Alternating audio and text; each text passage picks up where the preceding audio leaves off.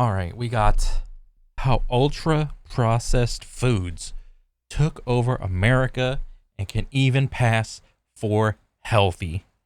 Business Insider. Dang. All right, let me see. Ultra-processed foods make up more than half of the calories that Americans consume. Probably, But they're yeah. actually quite dangerous for your health and potentially highly addictive. And I'm not just talking about donuts and pizza here.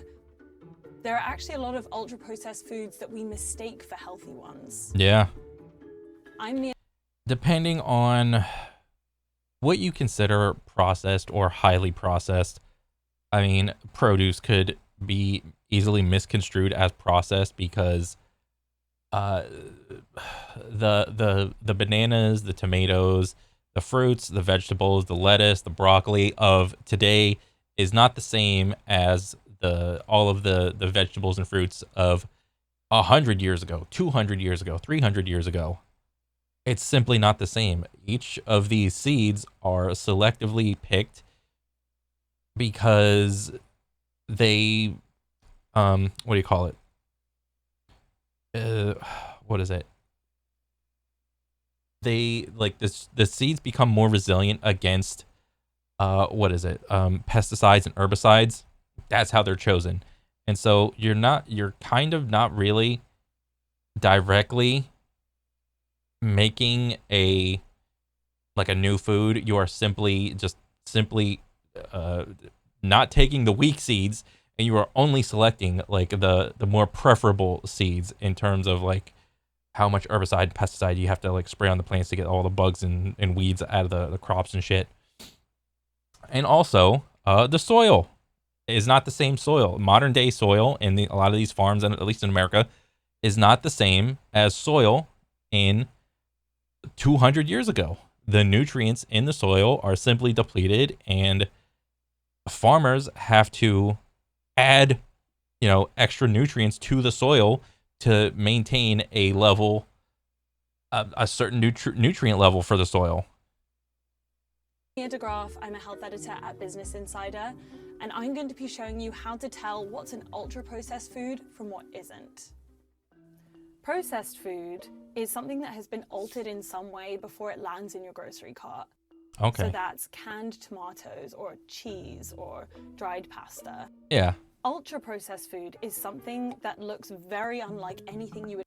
Ultra. I like this ultra. This is like the best word to choose for this. Ultra processed, giga processed, magna processed, super processed, double processed. ...have in your kitchen at home. It's had different ingredients added to it. Nah, man, you're lying. I picked that off the donut tree in my front yard, all right?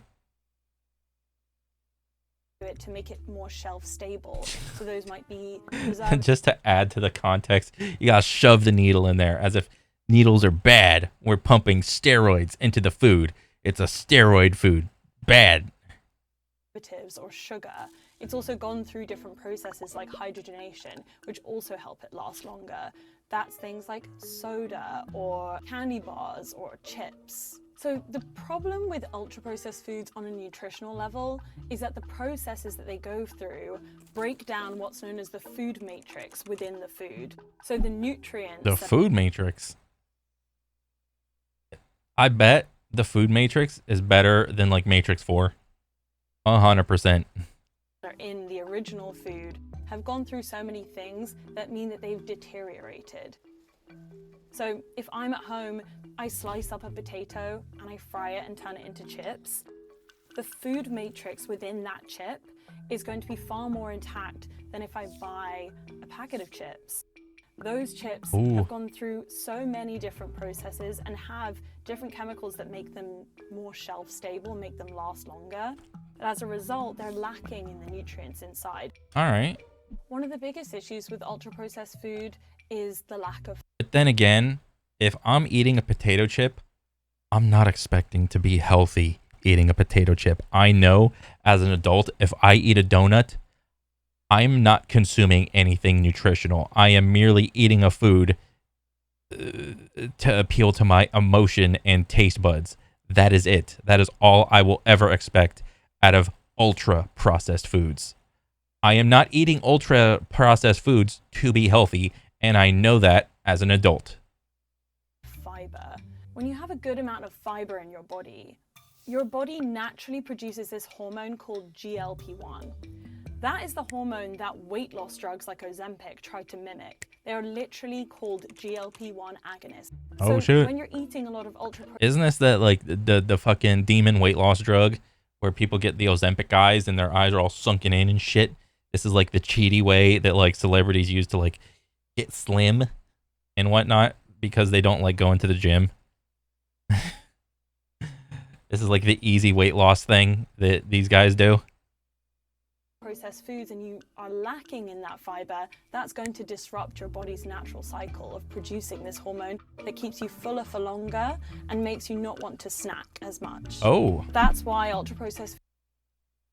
So ingesting that and fiber and Ozempic simply, or using Ozempic, it makes you just simply not want to eat more.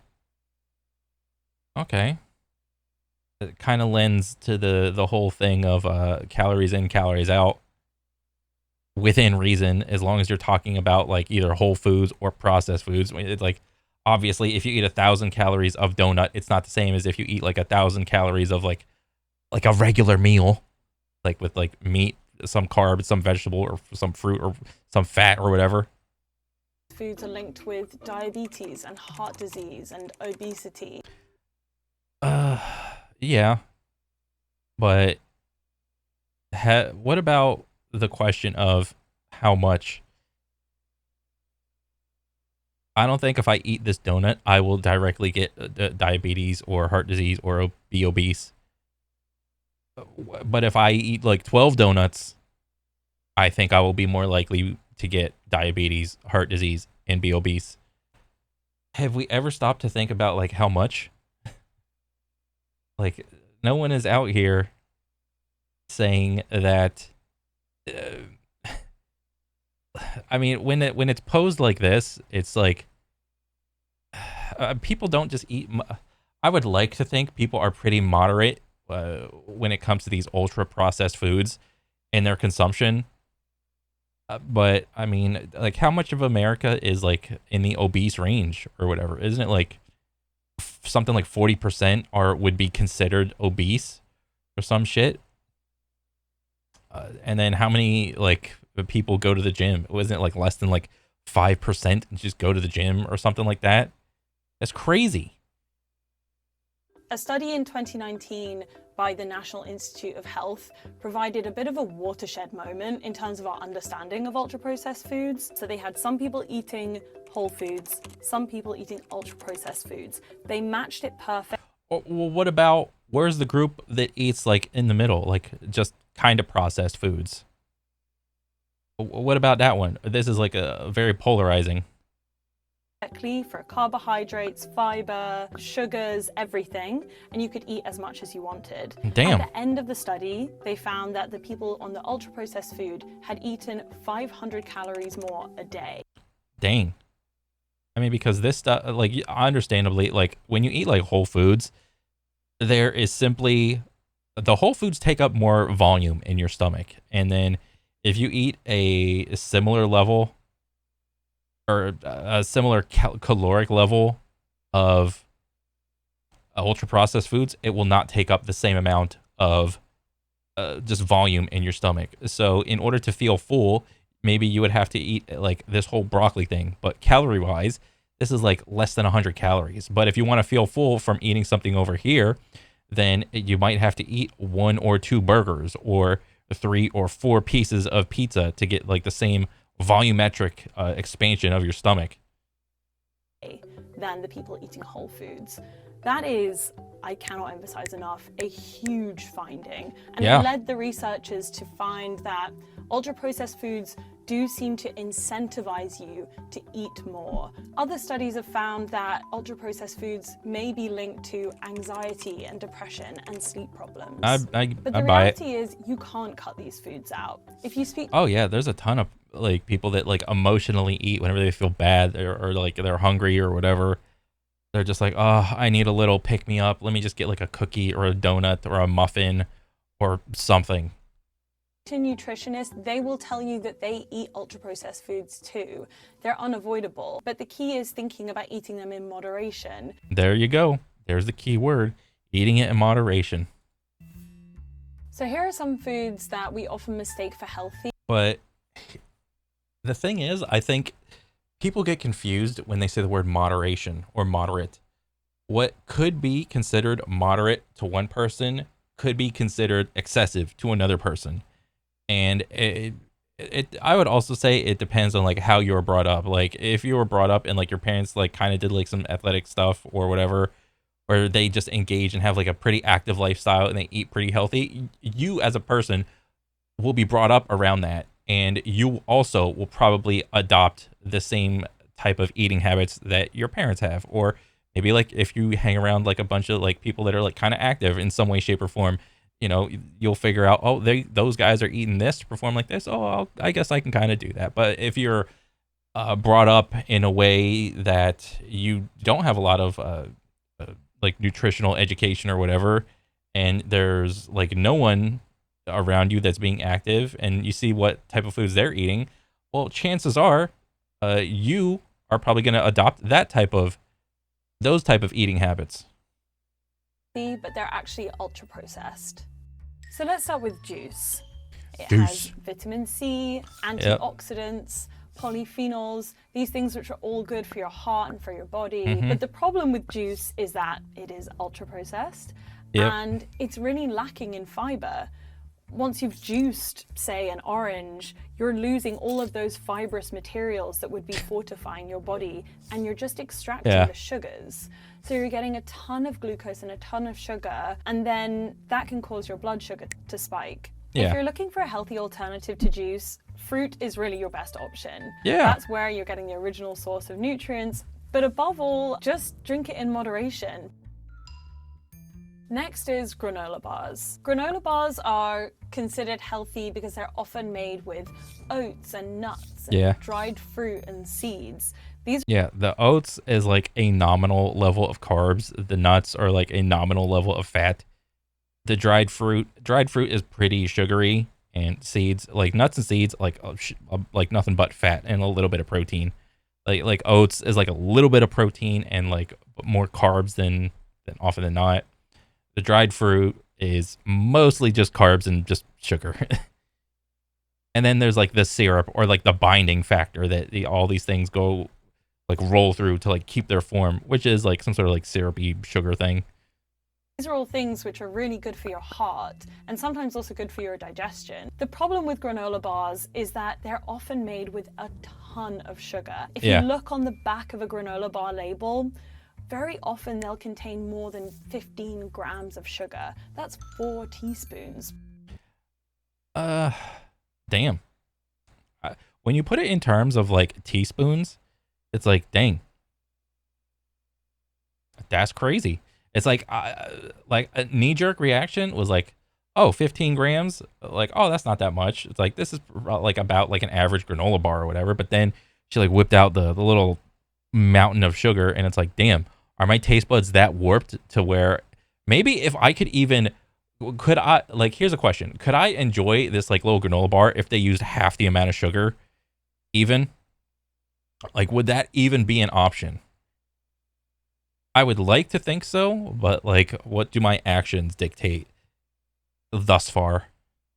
So if you're going to eat a granola bar, what I would recommend is to look on the label and check that there is at least 3 grams of fiber, at least 5 grams of protein, and less than 10 grams of sugar. Alternatively, you can... I am probably not going to do that. I don't choose my foods based off of that. I don't think it really anybody does, to be honest. That's like too much fucking mental gymnastic work to figure out whether or not like even though that's like good advice and it 100%, I just don't consume foods like that. I don't go through that little checklist in my head when I go to buy a granola bar.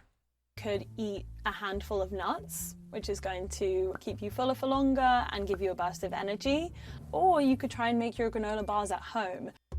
Another one is sports drinks like Gatorade. The idea What about Prime? What about Prime, dude? Give me some of that Prime. is that after a workout, or if you're sick, if you're just thirsty for whatever reason, that you would drink, say, a Gatorade, and it contains so many. Who the fuck is like sick or happy and drinks a Gatorade? At least for me, in my head, if I'm drinking a Gatorade, I am like mid-workout, if anything.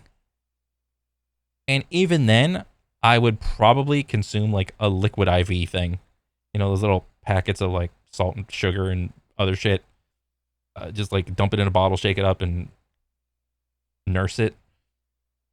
I would say Gatorade is fine if you're like mid-workout or something like that. But if you're consuming Gatorade for if you're sick or you're just randomly happy, like what? What are you doing? Electrolytes that it will replenish the sodium in the water that you've lost. The reason they're unfortunately not as healthy as we think is that these drinks often contain more sugar, other sweeteners, and food coloring than anything else in the so like I can understand the whole I don't want to drink shit with like food coloring in it, but like how would the market respond if there was like some company that put like options where it was like there's no food coloring, but you still have like the same nutrition facts and whatnot? Understandably, this is like, you know, you saw that little pile of sugar for like about 17 grams, and this is like about double of that. So you have to like double that mountain of sugar. You know, sugar is not bad. Excessive sugar is bad. And if you're trying to consume a little extra sugar, like mid-workout or mid-exercise, whatever, there's nothing wrong with that. The bottle. It also contains dextrose, which is a sugar substitute, which is linked to increased risk of diabetes and obesity. Oh, shit. If you're not an athlete or if you're not dripping with sweat after your workout, you probably don't need these drinks. Yeah, true. So drinking water and eating a nutritious meal is going to get you that same hydration. Moving on, we have gluten-free foods. The issue with gluten-free food is that, again, these are highly processed foods. Bagels. Okay, now we're getting into the granular nitty-gritty. Replace gluten with starchy ingredients like tapioca starch and rice flour and cornstarch, which can raise your blood sugar really fast. If you don't have a gluten sensitivity or you don't have celiac disease, there is no reason for you to avoid gluten. If you're going to buy gluten-free foods, just look at the label. Like, she's like over here like demonizing like a bagel or some shit. I'm like, damn, I got fucking bagels like in the kitchen right now. And make a decision about how you want to consume it.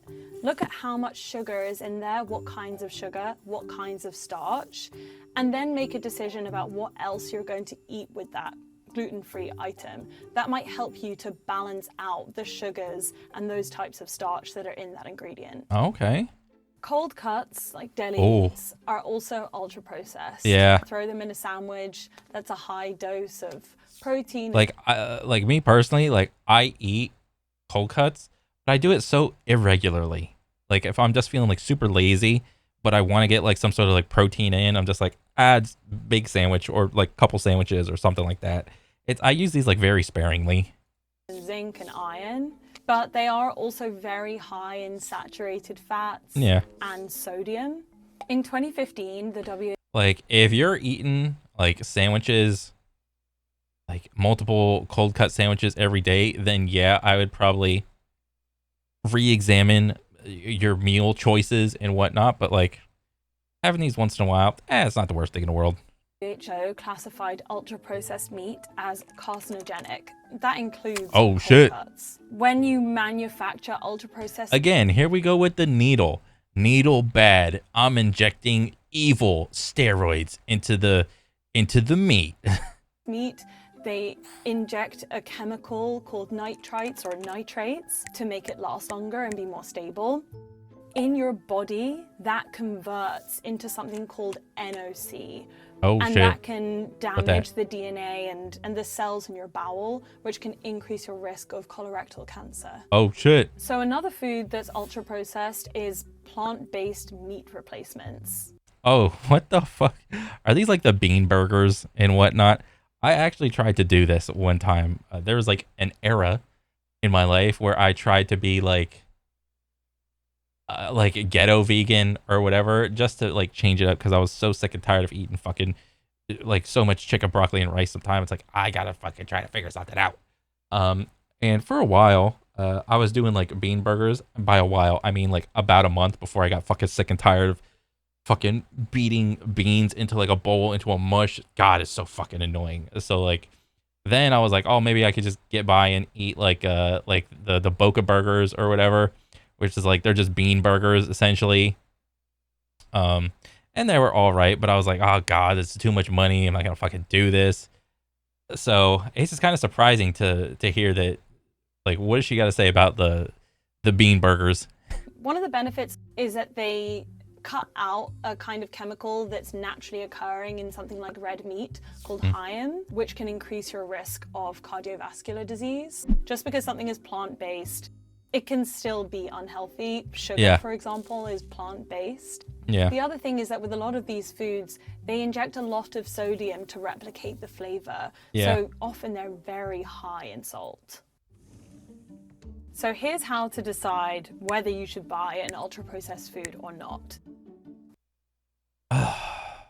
Before she says anything, like if you buy a sleeve of Pringles, don't eat the whole damn thing in one go, even if you're having like a bad day. If you're gonna buy a whole packet of Oreos, don't eat all 3 lanes of Oreos in one shot, please. Read the label. Something that nutrition experts do is they follow the 5-20 rule. So that's less than 5% of a bad thing, more than 20% of a good thing. You're looking for more fiber, less sodium, less added sugars. Try to look at if there are chemicals that you don't recognize. And be wary of buzzwords. For example, there are so many buzzwords in the food industry. It's crazy. Like you can see something right down here, non-GMO, as if this fucking matters to me as a consumer. That says it's made with real fruit or made with real vegetables. It might be majority sugars, but with a dusting of fruit or vegetable on top. Also, there is a difference. I like how she said a dusting of real food. between certified naturally grown, which is a regulated term, and naturally grown. If something says it's naturally grown, that doesn't mean anything. The term organic, there are many benefits to organic foods. But just because something's organic doesn't necessarily mean it's healthy. Organic sugar in a candy bar doesn't make that candy bar healthy. And then lastly, just... You know what I'm learning? I am learning that people will take words and completely use them to benefit their own means when it comes to making these ultra processed foods and warp what normal people think and feel about foods. Like I could like back in like so many years ago and even now, like I would easily be swayed on like food labels of like if it was like used or I would easily be swayed if any of these things were to pop up. So I am not like resistant to buzzword association. Like I get got plenty. Yeah. So I don't know. It's just like you have to be a little more cautious when you like choose your foods. Because something's natural, that doesn't necessarily mean anything. The terms natural and healthy, they are not regulated. These buzzwords are carefully designed. They're part of a big marketing strategy for food companies. Food companies spend, on average, $7.5 billion a year advertising their products in the US. That's $440 million every single month. Damn. To put that in context, that is like making Avatar: The Way of Water, which is the highest budget movie ever made, once a month, every month. Damn. For the whole year. Holy shit, dude. The food industry is something else. God damn, dude. I did not know that. Yeah. So why are companies ultra processing products? First of all, it's cheaper. You could replace... Because it's cheap and easy? And the return on investment is probably like through the roof.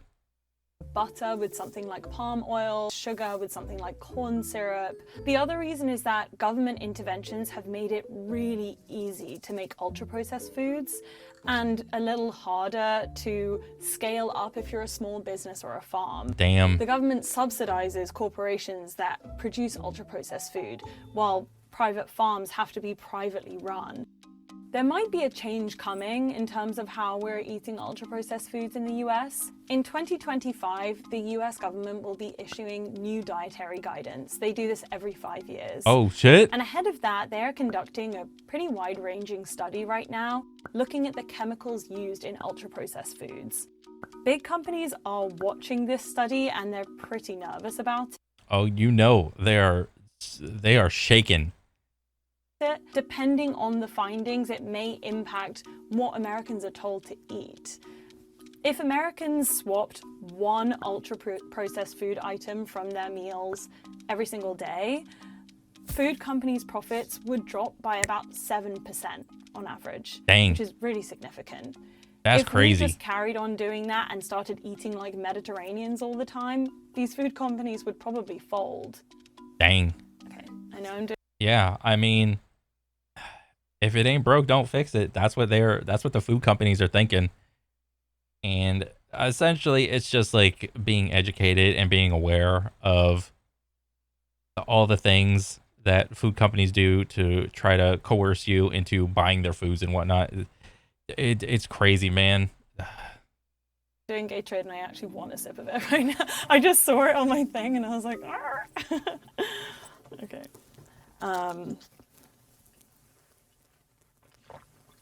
Yeah, I mean, at the end of the day, it's just like moderation or whatever. Like, don't be a glutton about it, dude.